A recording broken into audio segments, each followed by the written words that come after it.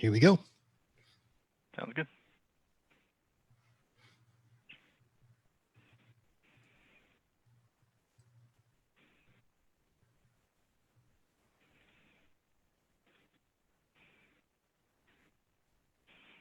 We are live. Yes, we are. All right. Hello, everyone. Uncle Marv here, and I am joined by my good friend Jason Miller. And I'm here basically because I hadn't been here for a while, and I wanted to make a huge announcement. And we'll start by saying that many of you have probably seen stuff on the news that winter has actually arrived in Florida. And how do you know that? Because iguana are falling out of trees. There you go. It was 41 degrees when I woke up this morning. How was it for you there in Tennessee? Well, we're about 27 today. It was 19 yesterday with a 14-degree wind chill there. So, yeah, it's a little colder. Wow. So I know last week I was, bragging about being warm, and nature has decided to smack me into behind for doing that.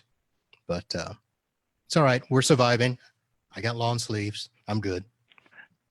Long sleeves, yeah. I don't even wear a coat at 41 degrees. What are you talking about? Okay, no comment. No comment, yeah. No comment. All right, so let's get to the news, because this is big, and I think that it was something where, let me tell a little bit of a backstory. So Jason sends me a message a couple of weeks ago. Was it 2-3 weeks ago? Yeah, congratulating me for something. And I'm like, I have no idea what you're talking about. And you're like, oops, maybe I shouldn't have said anything.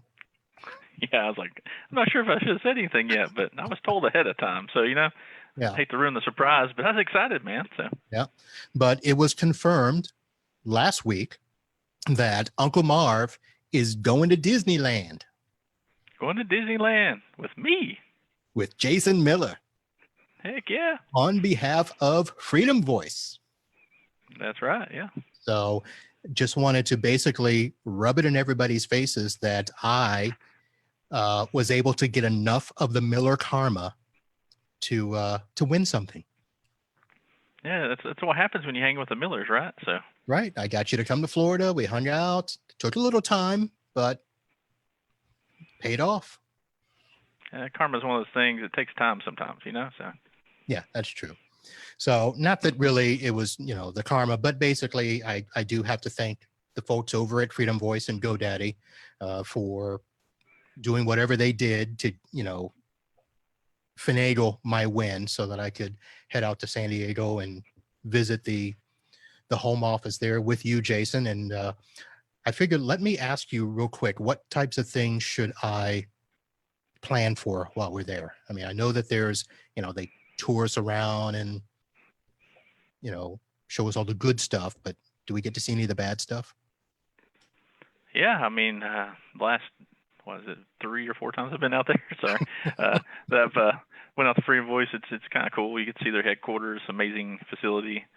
You get to hang out in the conference room there with all the, with Eric, the main guy, and Tony, Eli. You get to see Gilbert, everybody's favorite, and our account managers, Alexa, Paul. They're both there.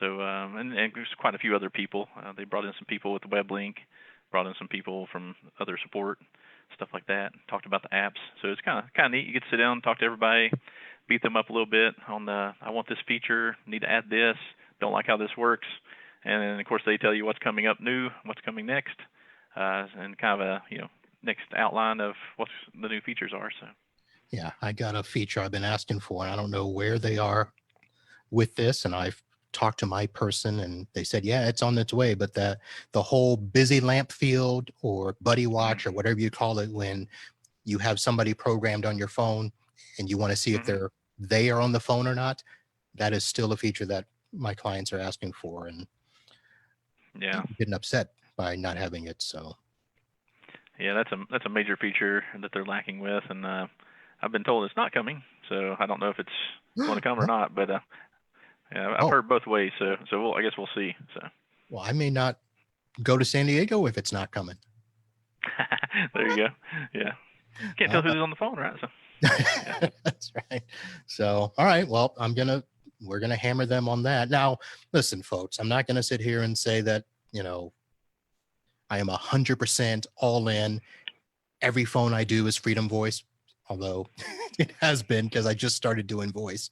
But things like the busy lamp field and things like the outages that happened at the end of last year, those are concerns for some people, and I know that those are issues that hopefully will be resolved soon, especially the outages.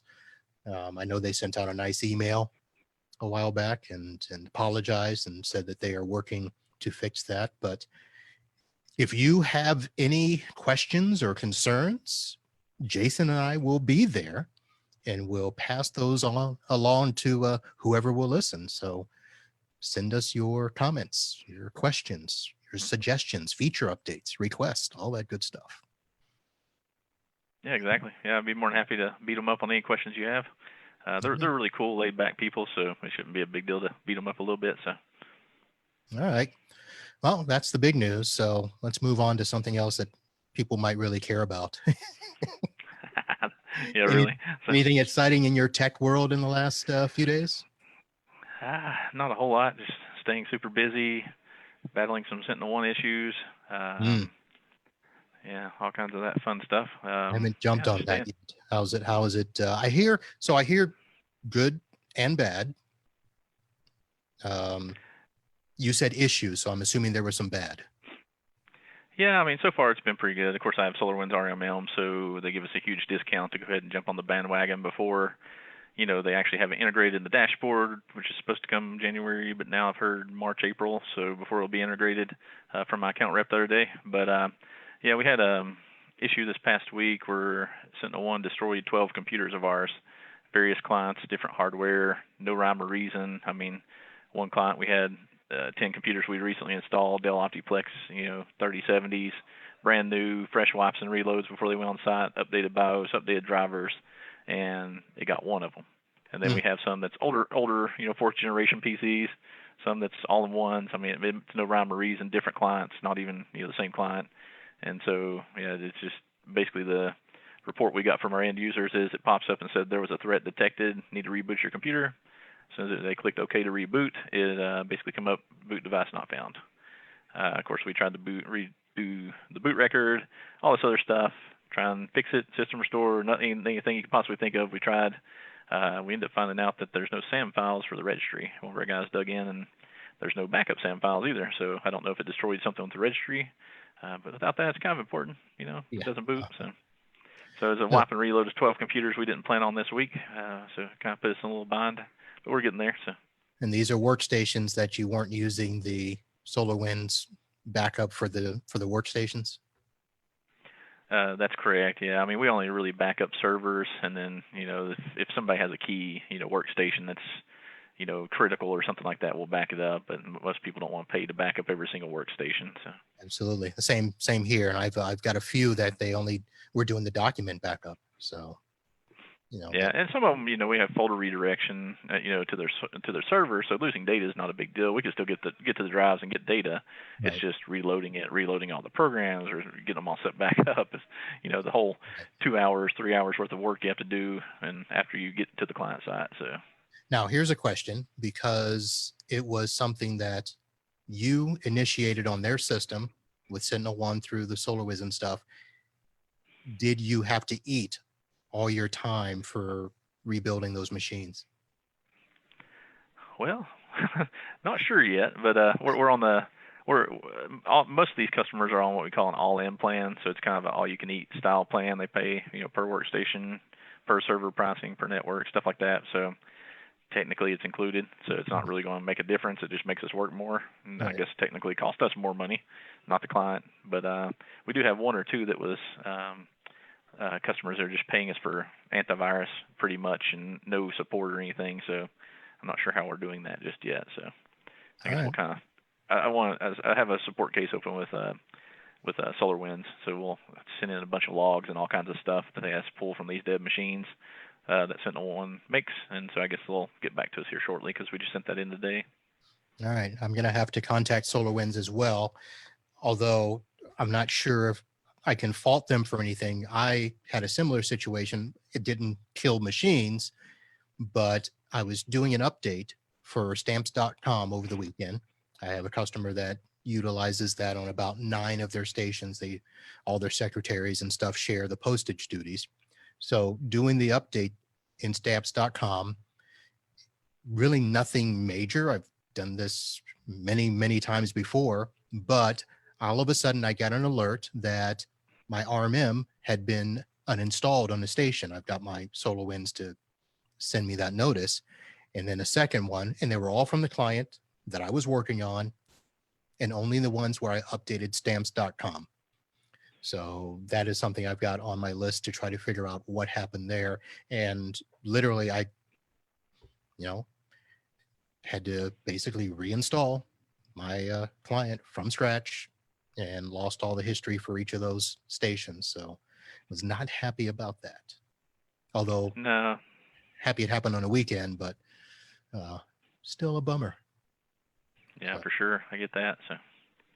All right. So this was just going to be a quick, short little Uncle Marv live on the Facebook because I hadn't done anything in a while. But since we're here, and since my segment has been a huge success on the podcast, we are going to continue that here. And I asked you to go look for a story. Did you find one? I did. Yeah, I found a pretty good one. I just typed in Tennessee man and picked the first link. So we are doing Florida man versus the world. And so I found a Florida man story here real recent in the last 2 days. And so I think I've gone first the last 2 times. Let me ask you to go first and see if that influences the voting at all. So what's your story? Sure. Like I said, I just Googled Tennessee man, picked the first link. So it says Tennessee man accused of dipping testicles in customer salsa before online delivery.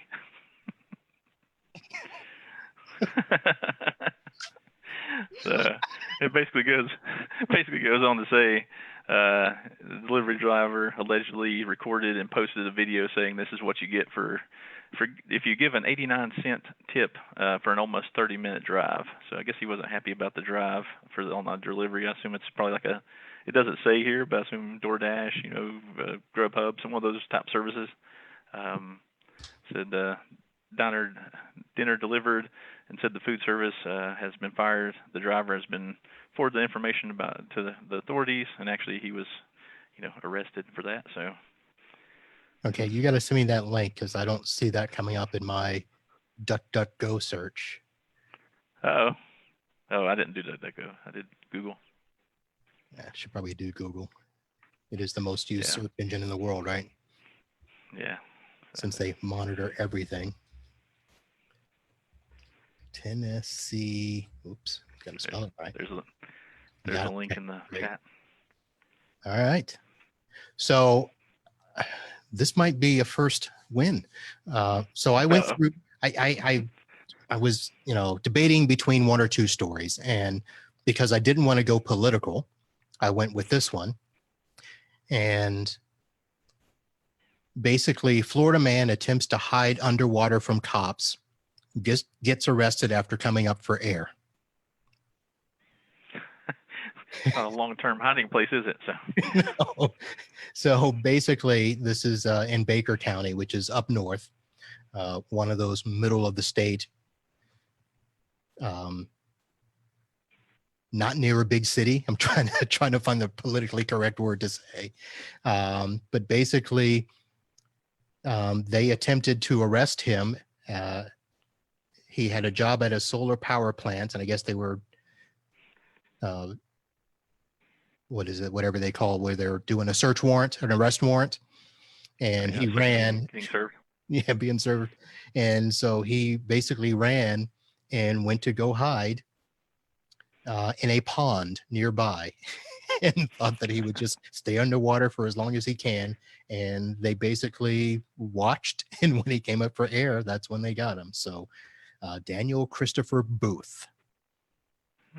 Yeah, so I guess they forgot the Bugs Bunny style where they grab the little bamboo stick and they can stay under for longer. Yep. I mean, I don't know. Okay. All right. So this might be a win for a non-Florida man story. So the first two we'll see. Actually, the first one is on the Facebook, and I know that some people listening to the podcast aren't on the Facebook, and I'm going to figure out a way to get that poll somewhere else. But right now it's on Facebook. You have to go to facebook.com. If you're not already liking the page Podnutz Pro, do a search for Podnutz Pro, go to that page, scroll down for the polls, and they will be there. And this will be poll number 3, Florida man versus Tennessee man. All right. Well, Jason, thank you very much. And I want to say thank you to anybody who is watching or will be watching, because I will keep the video up here. And if you're not watching and listening to this because it came out later in a podcast, thank you for listening and downloading. And that's going to do it for this. I don't even know if we're going to call this, can't call it really a Podnutz Pro, but call it Uncle Marv Live. There you go. That's awesome. All right. All right, Jason. Well, we'll be in touch, and we will definitely be in San Diego later this year. All right. Looking forward to it. All righty. Thank you much. All right, folks. We'll see everybody later.